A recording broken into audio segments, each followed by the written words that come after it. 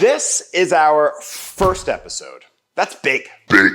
My entire life, I've always wanted a cooking show, and yet nobody has ever given me one. So we're gonna make our own. Pasta is one of those things that is just so rewarding. I love pasta because it tells a story.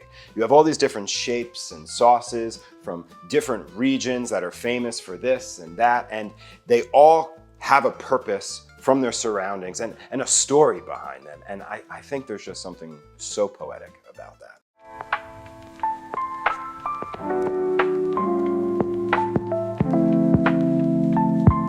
Today we're going to be talking about the two most common doughs that you would be working with, semolina dough and egg dough. The reason I wanted to have this episode early in the season is because if you've been following me for long, you know I love making pasta. And instead of going through the whole process on how to make pasta by hand, I want you to be able to just refer to this video, watch how we do it, and then apply that to all the other recipes and shaping things that I'm going to be showing you throughout the season. So we're gonna make two doughs right in front of you. We're gonna troubleshoot both of them, a few things that could go awry and help you understand how things work. We're just gonna be using two ingredients, eggs and flour. Something you're gonna be seeing me use often is a food scale. It would be an incredible investment for your kitchen. They're about 10 or 15 bucks. You can buy them on Amazon. You can go into a store even and grab one. They're pretty universal at this point. I like to run my recipes in grams, so you won't always see ounces or half cups and things like that. So getting one of these is going to be super helpful. I'm gonna be using tipo 00 flour. This is semolina flour that has been milled very, very fine. You need that extra finely ground flour for texture. You can't quite use all-purpose flour. It's not going to yield a nice, smooth product. It's too coarse. You need something finer, just like this. I'm going to be using 350 grams of flour. So this recipe is a little weird. It's gonna call for 215 grams of eggs. I like to add 2 eggs into the bowl and then work the rest of the way up in yolks to meet that number. Depending on where you are right now in the country, eggs are basically like currency. I mean, this dozen alone was about $600. You don't want to waste anything. So don't just toss your whites away. Get a separate container and separate your eggs into that. You can use these whites for breakfast, make meringue cookies.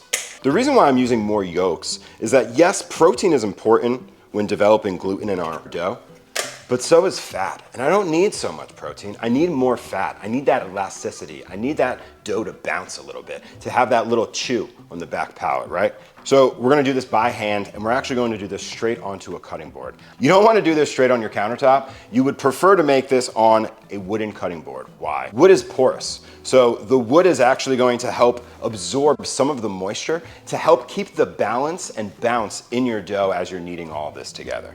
Especially if you're in a room with high humidity and stuff like that, working on a board is going to be imperative. So I got our flour right on the board. Then we're gonna make a little well, just like all those nonas do. So eggs are gonna go directly in the middle. Then we are taking a fork and we're gonna scramble our eggs, just like this. These aren't eggs straight out of the fridge, okay? These are eggs that I had out on my counter for a few hours. It's okay, your eggs aren't gonna go bad or anything like that. But we want our overall dough temperature to be on the warmer side, not on the colder side. If so, you're just gonna be fighting yourself all day when you're trying to knead this.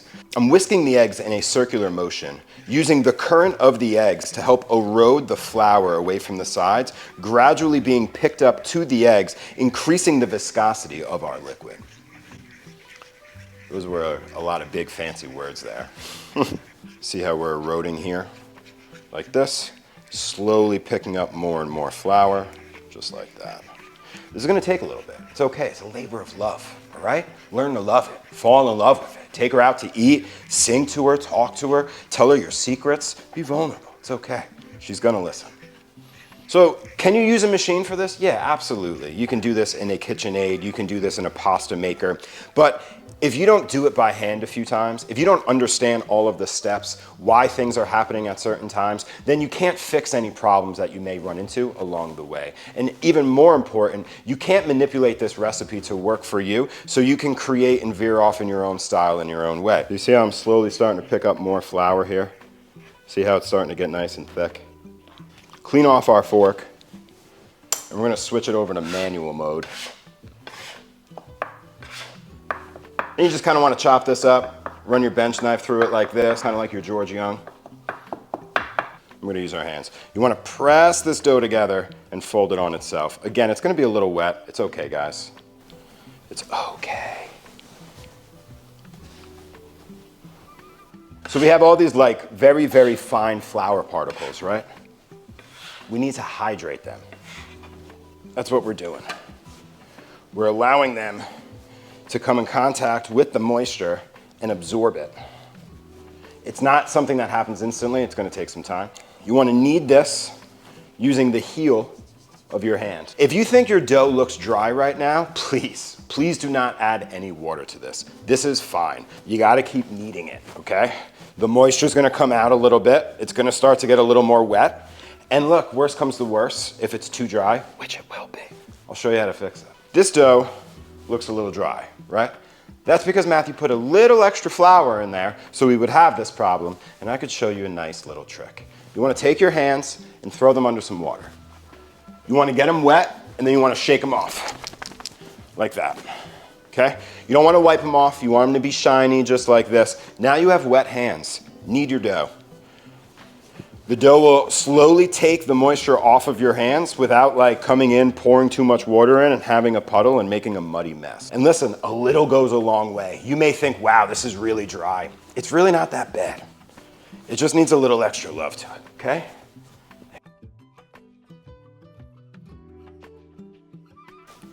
Beautiful. So, want to wrap this in plastic wrap? Put it inside of a plastic bag, and then you can keep it in your fridge for about 1 to 2 days. Just make sure you take it out of the fridge about an hour and a half prior to using it. So is it gratuitous to do 2 doughs back to back just like this? I don't know, maybe. It just made sense when I was writing the script for this episode. I basically want to take any questions away from you that you may have. Oh, well, I tripped up making this recipe and he never showed me how to make a semolina. I'm showing you right now, dude. Stop crying about it, all right? It's basically the same thing. Flour right in the middle, whoop. Then we're gonna go right in with our water. Same exact process. I'm gonna work through this one rather quickly, and if anything comes up, I'll stop and kind of tell you about it. But really, I just want the visuals so you can kind of see that these 2 doughs are exactly the same in terms of the preparation of them. Look at this, you see how this is getting nice and thick now? Nice and custardy. I love it.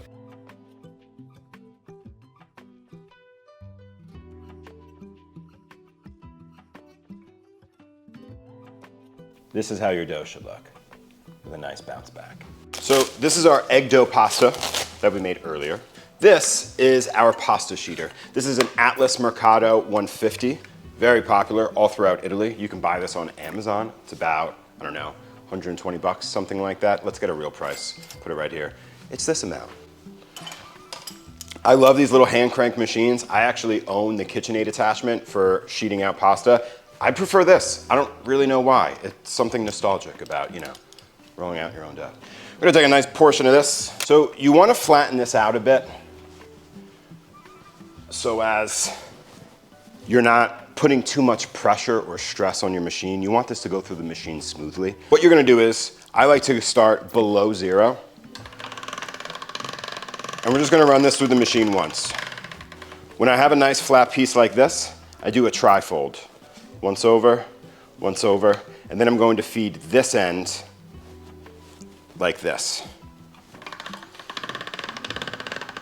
This kind of just helps prepare the dough and get it accustomed to the sheeter, while also making sure that I have a nice even piece. Now we'll start on 0, and then we'll start on 1. Every other one, you don't want to jump numbers, and every other one, I run it through twice. So then we'll roll it through 2. We're gonna hit it with a little bit of flour. It doesn't totally need it, but we're coming to the end, and I'd rather flour it now rather than when it's all cut. So just put a little bit of flour down on our pasta, like so.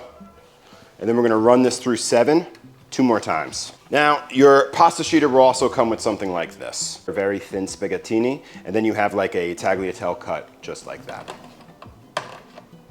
Boom. I'm going to lay this down once it's kind of set, so I can catch the noodles on the other side. And we have these beautiful.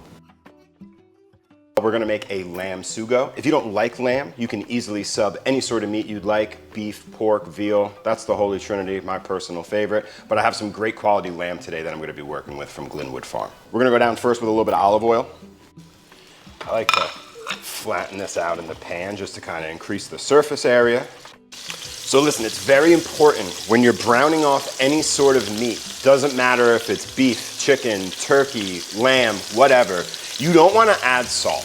When you add salt too early, you're going to be drawing out moisture from the meat.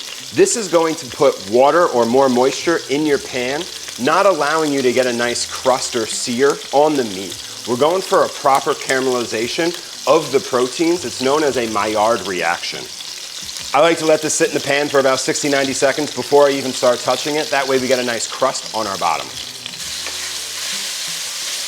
So now that our meat is completely cooked, I'm just gonna kind of go in here and break up these larger pieces.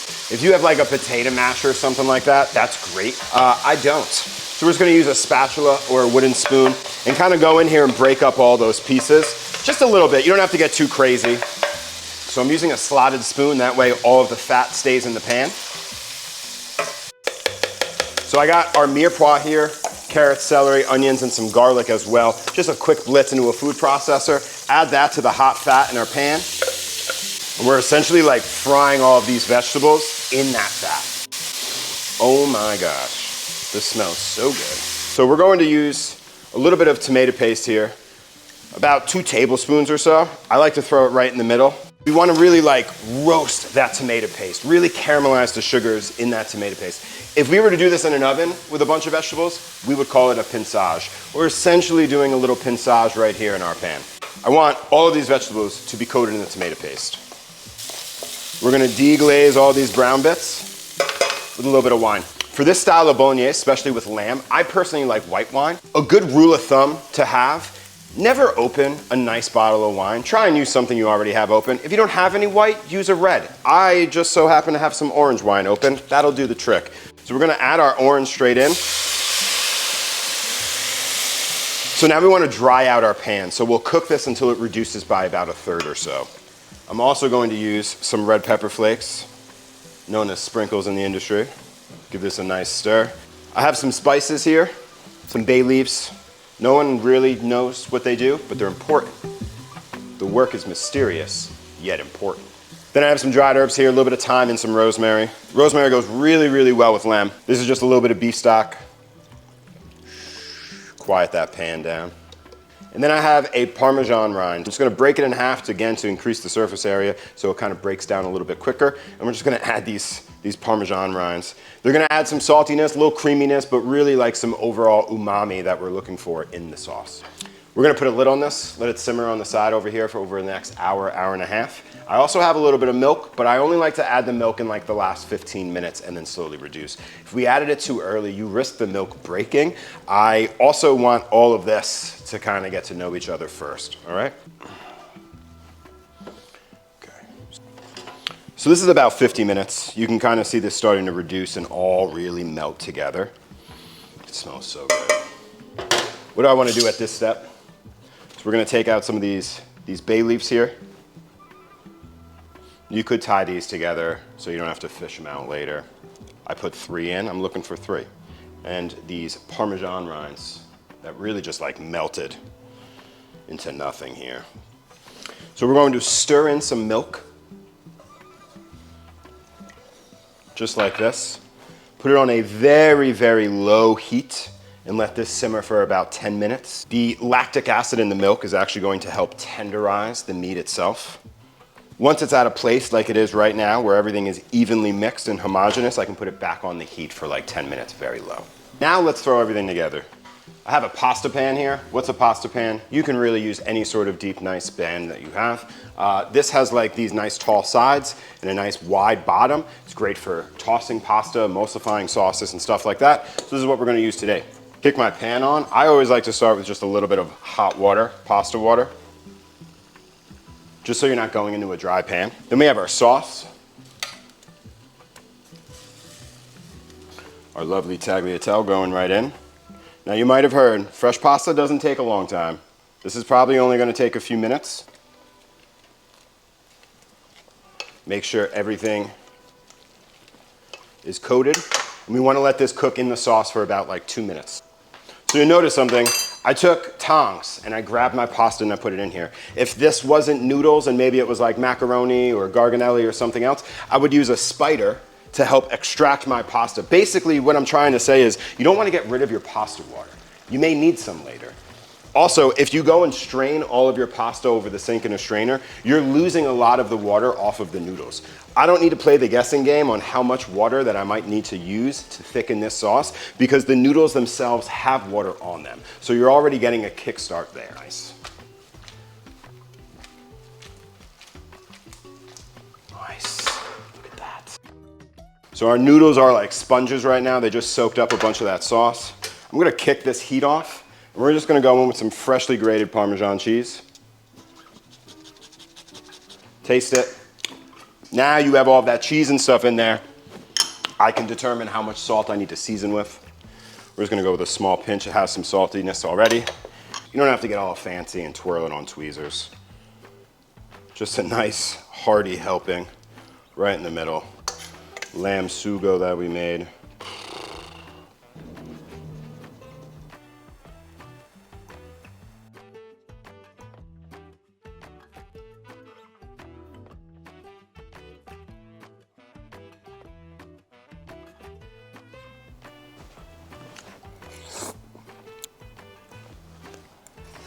If you want to see more of me and fun, easy recipes like this, like, comment, subscribe, all that jazz. We'll see you next time.